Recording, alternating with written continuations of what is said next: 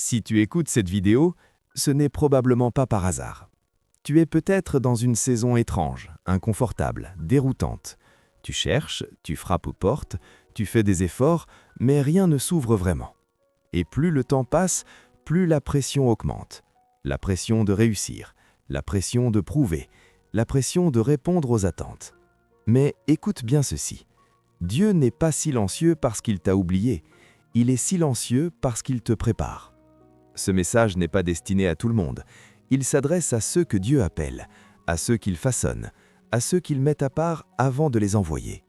Avant de chercher une position, Dieu veut établir une fondation. Avant de te donner un lieu, il veut te donner une identité. Prends ce message non comme une correction dure, mais comme une révélation libératrice. Quand Dieu ferme des portes volontairement. Il y a des saisons où tout semble s'arrêter sans raison apparente. Tu avances avec sincérité, tu fais ce qui te paraît juste, tu frappes aux portes avec espoir, et pourtant elles restent fermées. Les réponses tardent, les opportunités se dérobent, et une question commence à peser dans le cœur. Pourquoi rien ne s'ouvre ? Cette situation est souvent vécue comme un échec personnel, alors qu'elle peut être un langage spirituel. Dieu ne ferme pas des portes par distraction. Lorsqu'il permet que certaines choses n'aboutissent pas, ce n'est ni pour frustrer, ni pour punir, mais pour diriger. Il existe une différence profonde entre un rejet humain et une porte fermée par intention divine. Le rejet humain touche l'ego, la direction divine protège l'âme. Mais cette distinction n'est pas toujours visible au premier regard. Beaucoup confondent refus et abandon. Pourtant, Dieu n'abandonne pas ceux qu'il appelle, il les repositionne. Une porte fermée peut être le signe que le chemin emprunté n'est pas aligné avec ce qu'il prépare. Ce n'est pas un jugement sur tes capacités, mais une indication sur ta trajectoire. Ce que Dieu bloque aujourd'hui peut t'épargner d'années de fatigue intérieure demain. Les portes que Dieu ferme ne claquent pas toujours brutalement. Parfois, elles se ferment lentement. Les démarches s'enchaînent sans aboutir, les réponses deviennent floues, les délais s'allongent. Ce ralentissement progressif est souvent une invitation à s'arrêter et à écouter, non pas à forcer davantage, mais à discerner ce qui se joue au-delà de l'apparence. Il est tentant dans ces moments-là d'insister, de multiplier les efforts, de pousser plus fort, mais certaines portes résistent parce qu'elles ne sont pas destinées à être ouvertes par la pression. Dieu n'ouvre pas tout ce que l'homme insiste à obtenir, il ouvre ce qui correspond à son dessein. Et parfois, la résistance est précisément ce qui révèle que l'on s'approche d'un endroit qui ne construira pas l'avenir. Les portes fermées révèlent aussi ce à quoi l'on est attaché. Elles mettent en lumière les motivations profondes. Est-ce la peur du manque, le besoin de reconnaissance, l'urgence de se rassurer ? Dieu utilise ces moments pour purifier les intentions, pour séparer ce qui est nécessaire de ce qui est seulement désiré. Ce tri intérieur est souvent inconfortable, mais il est essentiel. Il faut du courage pour accepter qu'une porte reste fermée sans explication immédiate. Le silence de Dieu n'est pas vide, il est rempli de travail invisible. Ce que l'on ne voit pas encore se construit souvent dans l'ombre. Dieu prépare l'intérieur avant de révéler l'extérieur. Il solidifie la fondation avant d'élever la structure. Lorsque Dieu ferme une porte, il ne laisse pas la personne sans direction. Il l'invite à ralentir, à observer, à ajuster son regard. Ce temps n'est pas perdu, il est chargé de sens. Il apprend à reconnaître que toutes les ouvertures ne sont pas des bénédictions et que certaines fermetures sont des réponses pleines de grâce, même si elles sont difficiles à accepter sur le moment. Dans cette saison, la question n'est pas « comment ouvrir cette porte ?» mais plutôt « qu'est-ce que Dieu cherche à protéger ou à préparer en moi ?» Le piège de chercher une solution humaine à un appel spirituel. Lorsqu'une pression s'installe, le réflexe humain est de chercher une issue rapide.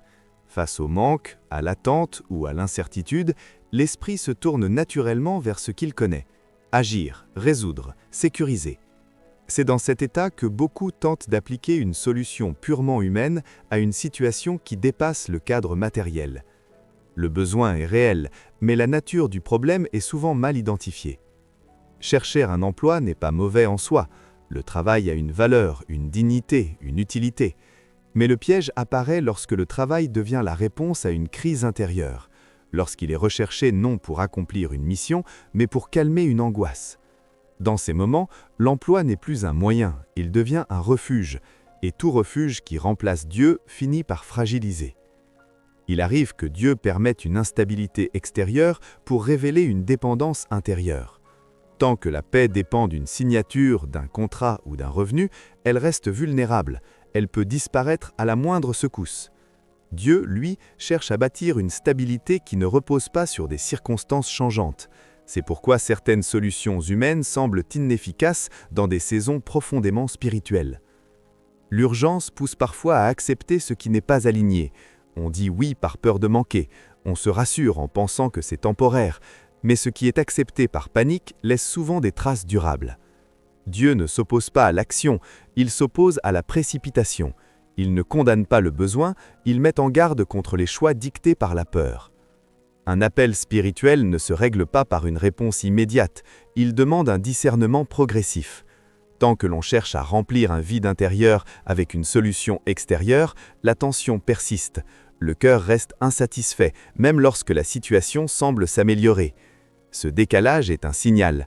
L'âme réclame autre chose que ce que l'on est en train de lui offrir. Le monde encourage à sécuriser avant de comprendre. Dieu, au contraire, invite à comprendre avant de sécuriser. Cette inversion dérange, elle expose à l'inconfort, mais elle protège aussi de nombreuses blessures futures. Lorsqu'une décision est prise sans clarté intérieure, elle peut produire de la fatigue, de la confusion et parfois un éloignement progressif de ce que Dieu veut réellement bâtir. Il est difficile d'admettre que certaines situations ne se résolvent pas par plus d'efforts visibles. L'orgueil discret pousse à croire que tout dépend de l'action humaine. Pourtant, certaines saisons exigent surtout une posture intérieure juste. Chercher Dieu avant de chercher une solution change la nature même de la réponse qui viendra.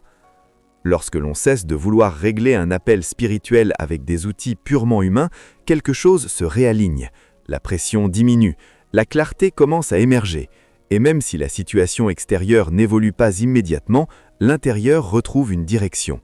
Ce réalignement prépare le terrain pour une réponse qui ne sera pas seulement fonctionnelle, mais profondément juste. Pourquoi les élus passent souvent par des saisons d'attente? L'attente est l'une des expériences les plus difficiles à traverser.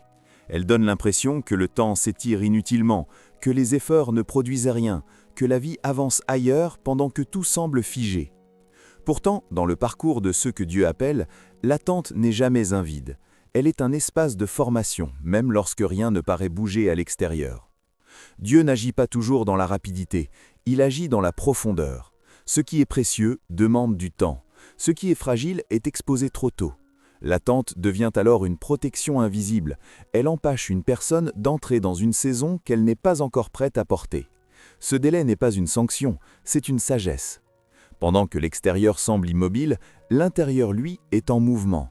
Dieu travaille le caractère là où personne ne regarde. Il affine les intentions, il révèle les failles, il met en lumière les dépendances cachées. Cette œuvre intérieure est silencieuse mais essentielle. Sans elle, les responsabilités futures deviendraient trop lourdes à porter. L'attente révèle aussi ce qui motive réellement le cœur. Lorsque tout avance, il est facile de rester fidèle, mais lorsque rien ne se passe, les véritables attachements apparaissent. Est-ce la promesse qui attire ou le résultat? Est-ce la relation avec Dieu ou ce qu'il peut donner? Ces questions ne sont pas théoriques, elles se vivent dans la durée, dans le manque de réponses immédiates. Beaucoup cherchent à écourter l'attente en se comparant aux autres. On observe ceux qui avancent plus vite, ceux qui semblent réussir sans effort. Cette comparaison fatigue l'âme et trouble la vision. Dieu ne travaille pas en série, il façonne chaque parcours selon une mesure précise. Ce qui est rapide pour l'un peut être destructeur pour l'autre. Il y a dans l'attente un apprentissage de la patience, mais aussi de l'écoute. Quand l'agitation cesse, l'oreille intérieure s'affine. On commence à percevoir des ajustements subtils, des directions plus fines, des appels plus précis. Ce discernement n'apparaît pas dans la précipitation, il naît dans le temps prolongé avec Dieu. L'attente confronte également à la tentation du compromis. Lorsque la promesse tarde, l'envie de prendre un raccourci devient forte. Mais les raccourcis spirituels coûtent cher. Ils donnent l'illusion d'avancer tout en éloignant progressivement de l'appel initial. Dieu utilise l'attente pour apprendre à dire non, même quand dire oui semblerait plus facile. Ce temps développe une force intérieure qui ne se voit pas immédiatement, une stabilité qui ne dépend plus des circonstances, une identité qui ne fluctue pas selon les résultats. Cette solidité devient un socle pour ce qui viendra ensuite. Sans elle, la pression de la réussite future serait écrasante. L'attente n'est donc pas un retard inutile, elle est une préparation stratégique. Même si elle semble longue, même si elle est inconfortable, elle porte en elle une intention précise. Ce que Dieu bâtit dans le secret de l'attente soutiendra durablement ce qu'il révélera au grand jour. Le danger d'être stable au mauvais endroit. La stabilité est souvent présentée comme un objectif ultime. Avoir une situation fixe, un revenu régulier, un cadre rassurant donne l'impression d'avoir réussi. Pourtant, toute stabilité n'est pas saine. Il existe des lieux où l'on peut être installé extérieurement, tout en étant profondément désaligné intérieurement. Et ce désalignement, lorsqu'il dure, finit par user l'âme. Un environnement peut offrir de la sécurité matérielle, tout en affaiblissant la vie intérieure. Le compte bancaire se remplit, mais l'énergie spirituelle diminue. Les jours se ressemblent, les habitudes s'installent, et sans s'en rendre compte, le cœur se ferme progressivement. Cette fatigue-là n'est pas toujours visible. Elle se manifeste par une perte de sens, une lassitude diffuse, une impression de fonctionner sans réellement vivre. Dieu ne mesure pas la réussite uniquement à ce qui est stable. Il regarde ce qui est vivant. Une situation confortable peut devenir dangereuse lorsqu'elle endort le discernement, lorsqu'on cesse de se poser des questions, lorsqu'on n'écoute plus les signaux intérieurs, lorsqu'on confond paix et anesthésie. Le confort peut masquer une lente érosion intérieure. Être stable au mauvais endroit crée un conflit silencieux. À l'extérieur, tout semble en ordre. À l'intérieur, quelque chose résiste. Cette tension se traduit par une fatigue inexpliquée, une irritabilité croissante, une difficulté à se réjouir. L'âme envoie des signaux que l'esprit tente souvent d'ignorer. Mais ces signaux ne disparaissent pas, ils s'intensifient. Dieu, dans sa grâce, préfère parfois l'instabilité temporaire à une stabilité destructrice. L'inconfort passager peut réveiller. Il oblige à réfléchir, à prier, à réévaluer.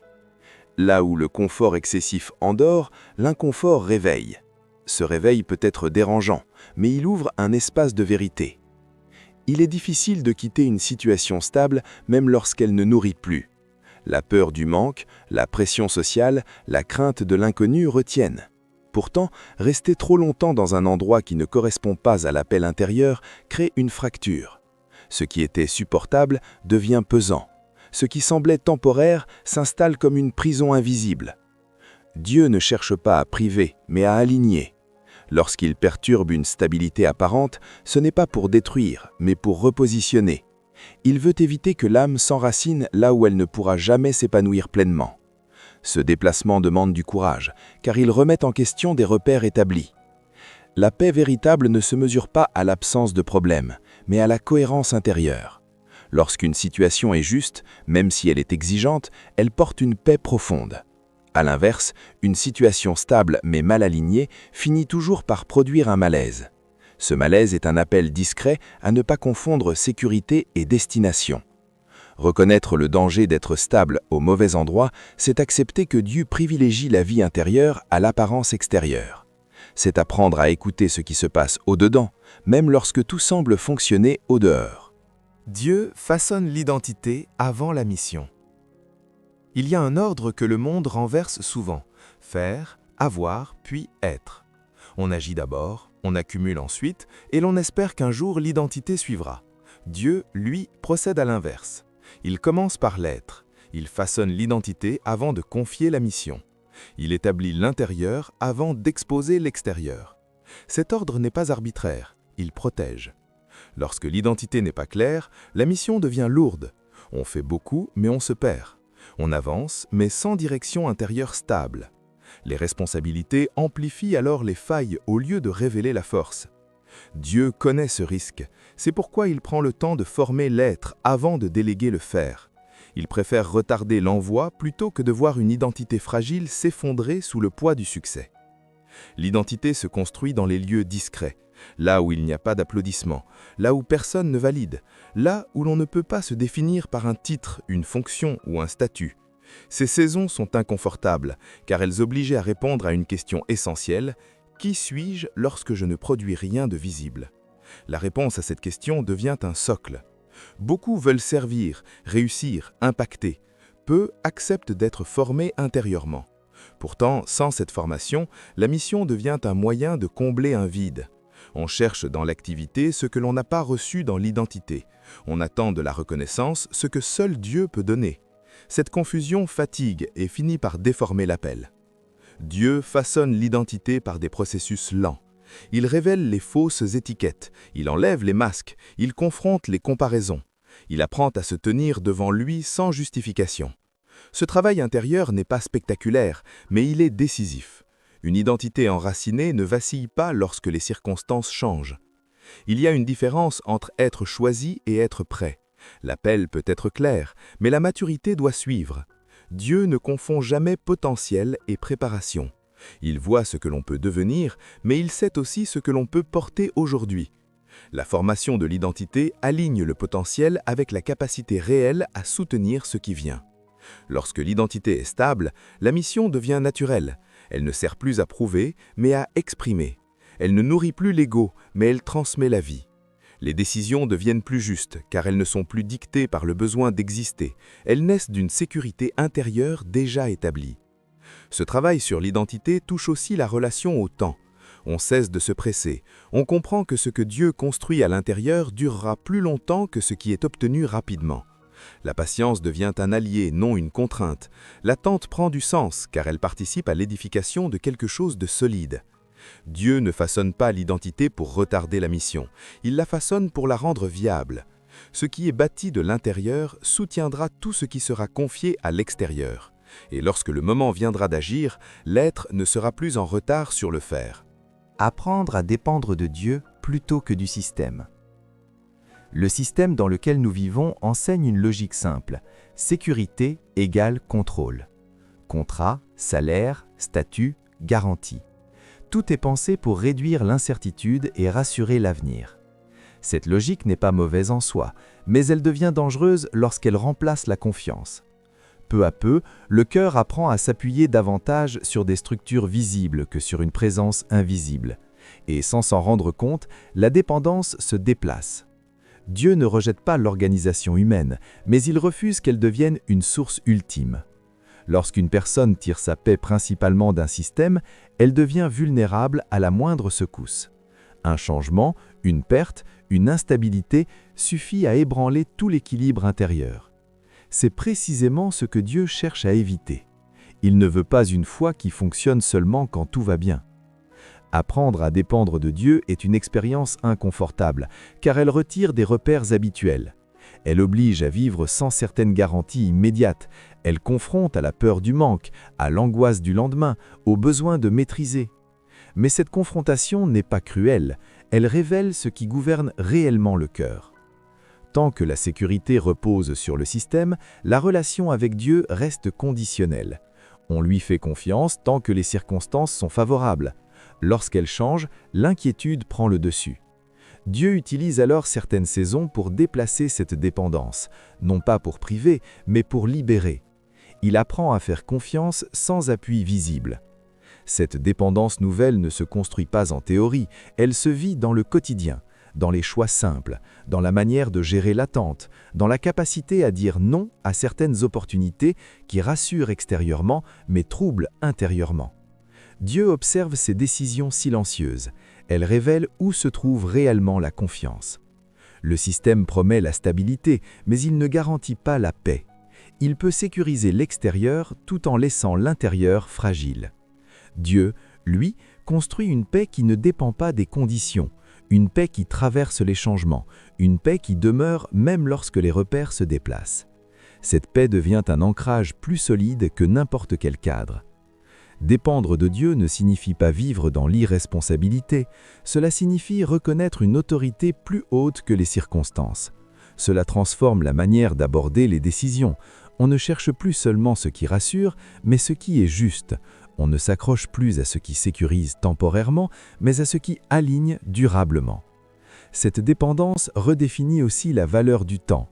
Le système pousse à la précipitation, agir vite, saisir avant de perdre, sécuriser avant de réfléchir. Dieu, au contraire, invite à ralentir, à écouter, à discerner. Ce rythme différent expose à l'incompréhension, mais il protège de nombreux pièges.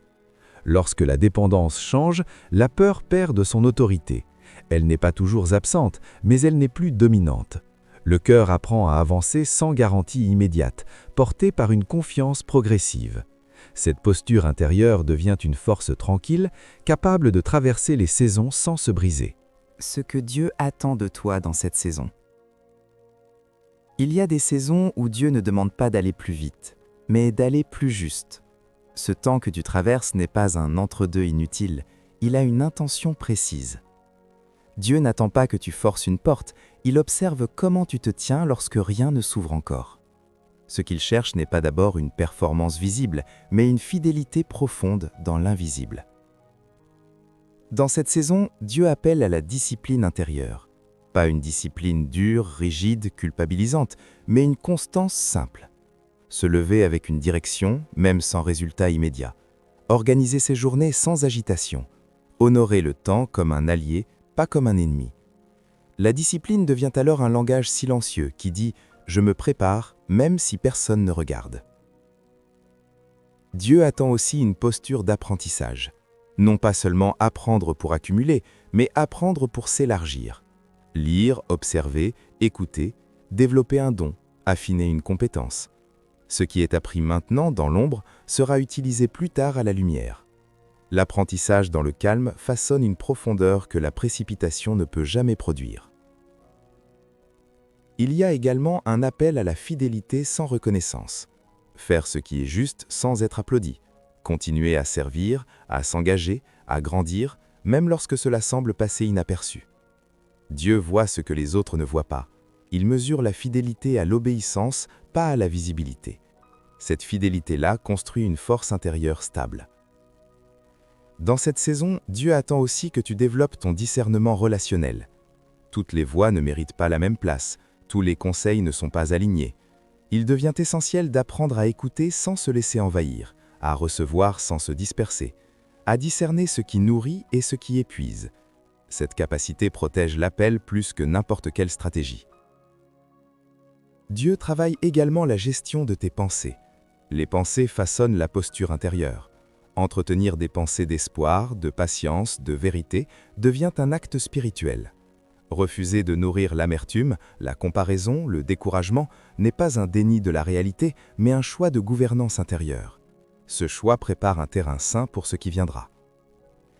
Il y a enfin une invitation à la cohérence, alignement entre ce que tu dis, ce que tu crois et ce que tu vis. Cette cohérence n'est pas une perfection morale, mais une honnêteté profonde. Être vrai devant Dieu sans façade, reconnaître les doutes sans les laisser diriger, avancer sans prétendre être arrivé. Dieu honore cette transparence. Ce que Dieu attend dans cette saison ne se mesure pas en résultats immédiats, cela se mesure en posture, en constance, en intégrité, en profondeur. Chaque jour vécu avec intention prépare silencieusement l'étape suivante. Et même si rien ne semble spectaculaire aujourd'hui, ce qui se construit maintenant soutiendra tout ce qui viendra ensuite. Le discernement, dire non même quand on a besoin de dire oui. Il y a des moments où le besoin crie plus fort que la sagesse. Le manque presse, l'urgence s'impose et chaque opportunité ressemble à une bouée de sauvetage. Dans ces instants, dire oui paraît raisonnable, presque nécessaire. Pourtant, toutes les opportunités ne sont pas des portes envoyées par Dieu. Certaines sont simplement disponibles. Le discernement commence précisément là, apprendre à distinguer ce qui est ouvert de ce qui est juste. Le discernement n'est pas un luxe spirituel réservé à quelques-uns, c'est une protection vitale, surtout dans les saisons de fragilité. Quand la pression augmente, la capacité à discerner diminue si elle n'a pas été cultivée. On risque alors de confondre soulagement immédiat et direction durable. Dieu ne guide pas par la panique, il guide par la paix, même lorsque cette paix demande de renoncer à une solution rapide. Dire non quand tout en soi voudrait dire oui demande du courage intérieur. Ce courage ne vient pas de la confiance en soi, mais de la confiance en Dieu. Refuser une opportunité peut sembler insensé aux yeux des autres, mais l'obéissance n'est pas toujours logique. Elle est souvent coûteuse, elle expose à l'incompréhension, parfois même au jugement. Pourtant, ce prix protège l'âme de compromis plus profonds. Toutes les opportunités portent une atmosphère.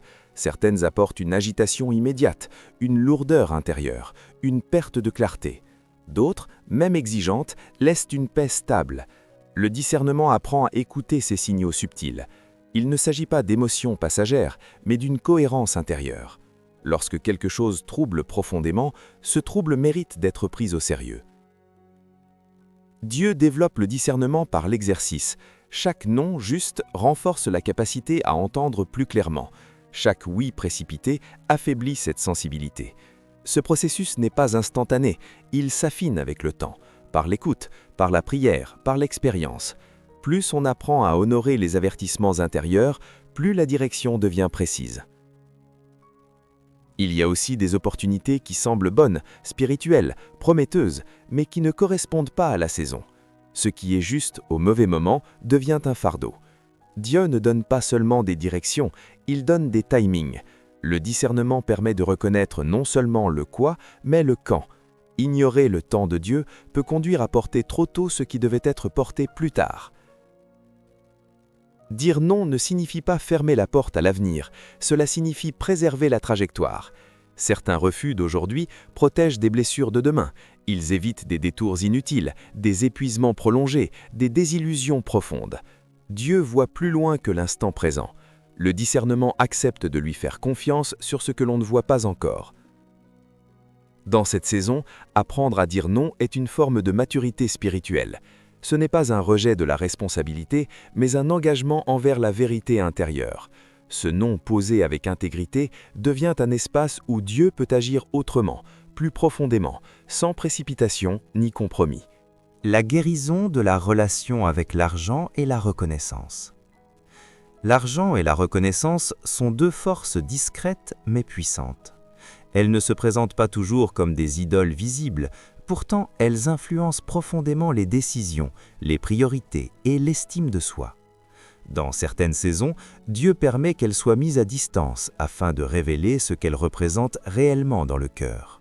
Ce retrait n'est pas une punition, mais une invitation à la guérison. Lorsque l'argent devient un repère principal, il façonne la perception de la valeur personnelle. On se sent utile lorsqu'on gagne, inutile lorsqu'on manque. Cette association crée une pression constante. Chaque opportunité est évaluée selon ce qu'elle rapporte. Chaque attente devient une source d'angoisse. Dieu cherche à libérer le cœur de cette dépendance, non pour priver, mais pour restaurer une identité stable. La reconnaissance fonctionne de manière similaire.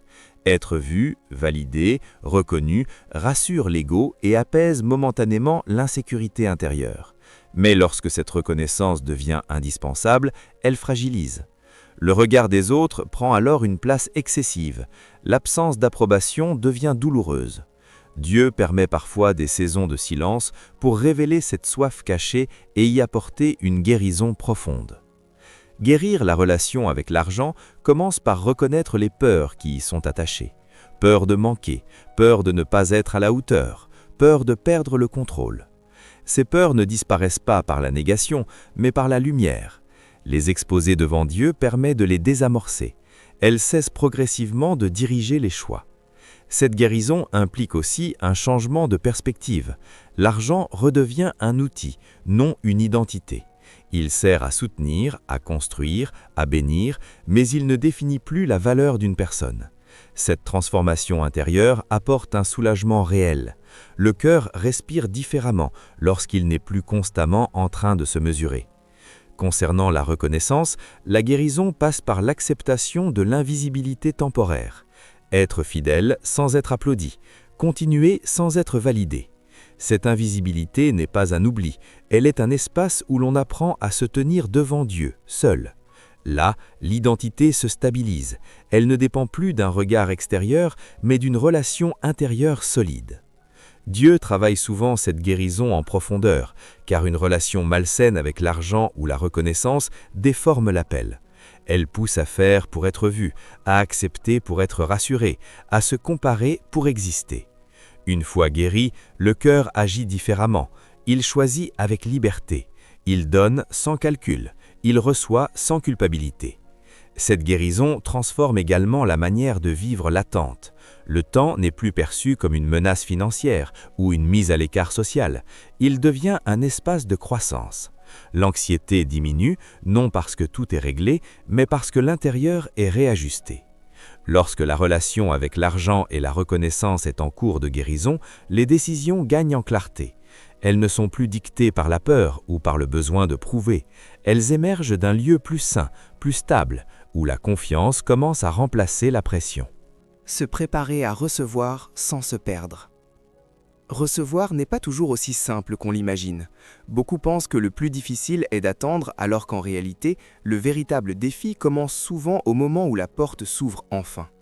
Recevoir une opportunité, une position, une bénédiction, une responsabilité peut devenir un risque lorsque l'intérieur n'a pas été préparé.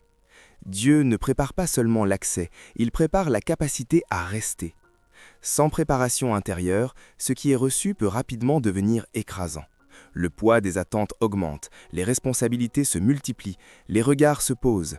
Si l'identité n'est pas stable, si la dépendance n'est pas juste, si le discernement est fragile, ce qui devait être une bénédiction peut devenir une source de confusion. Dieu anticipe cela. Il préfère former lentement que réparer après coup. Se préparer à recevoir, c'est d'abord apprendre à rester soi-même dans le changement. Ne pas se redéfinir uniquement par ce que l'on obtient, ne pas perdre ses repères lorsque le rythme s'accélère. Cette stabilité intérieure devient un ancrage. Elle empêche l'ego de prendre le contrôle et protège le cœur de la dispersion. Dieu travaille aussi la capacité à gérer la visibilité. Être vu n'est pas neutre. La visibilité amplifie autant les forces que les failles. Elle attire des attentes, des critiques, des comparaisons. Sans une identité claire, cette exposition fatigue et désoriente. Se préparer, c'est apprendre à recevoir l'attention sans en dépendre. Recevoir sans se perdre implique également de savoir poser des limites. Tout ce qui est possible n'est pas nécessaire. Tout ce qui est offert n'est pas aligné. Dieu enseigne à choisir même après avoir reçu, à ne pas confondre expansion et dispersion. Cette sagesse protège l'équilibre intérieur et préserve la direction. La préparation touche aussi la gestion du temps et de l'énergie. Ce qui est reçu demande une nouvelle organisation. Sans discipline, la surcharge arrive vite. Dieu apprend à respecter les rythmes, à préserver les temps de silence, à maintenir des espaces de ressourcement. Ces pratiques ne sont pas secondaires, elles soutiennent la durée. Recevoir implique enfin une posture de gratitude lucide. Reconnaître ce qui est donné sans s'y attacher excessivement. Honorer la source sans idolâtrer le moyen. Cette gratitude libère de la peur de perdre. Elle permet de vivre pleinement ce qui est confié sans anxiété constante. Se préparer à recevoir, ce n'est pas vivre dans la crainte de l'échec, c'est vivre avec conscience. C'est accepter que ce que Dieu donne mérite une attention intérieure à la hauteur de ce qui est confié. Cette préparation silencieuse garantit que, lorsque le moment arrive, la bénédiction trouve un cœur capable de la porter sans s'y perdre. Marcher par la foi quand rien n'est encore visible. Il existe une foi qui naît des résultats et une foi qui subsiste en leur absence. La première s'appuie sur ce que l'on voit, la seconde sur ce que l'on croit profondément, même lorsque l'épreuve tarde. C'est cette foi-là que Dieu développe dans certaines saisons. Une foi dépouillée de signes immédiats, mais enracinée dans une conviction intérieure solide. Marcher par la foi quand rien n'est visible demande un réajustement du regard. On cesse d'évaluer la progression uniquement par des indicateurs extérieurs. Les chiffres, les validations, les ouvertures apparentes ne deviennent plus les seuls repères. Le cœur apprend à reconnaître des avancées invisibles, une paix nouvelle, une clarté accrue, une résistance plus forte face aux doutes. Ces signes-là ne font pas de bruit, mais ils témoignent d'une transformation réelle. Cette marche par la foi confronte à l'inconfort du silence. Dieu ne parle pas toujours de manière spectaculaire. Il y a des périodes où sa voix semble discrète, presque imperceptible. Ce silence n'est pas un abandon, il est souvent un appel à la maturité. Apprendre à avancer sans confirmation constante développe une confiance plus profonde, moins dépendante de l'émotion du moment. La foi sans visibilité expose aussi à l'incompréhension. L'entourage peut questionner, douter, parfois même décourager. On demande des explications, des preuves, des délais.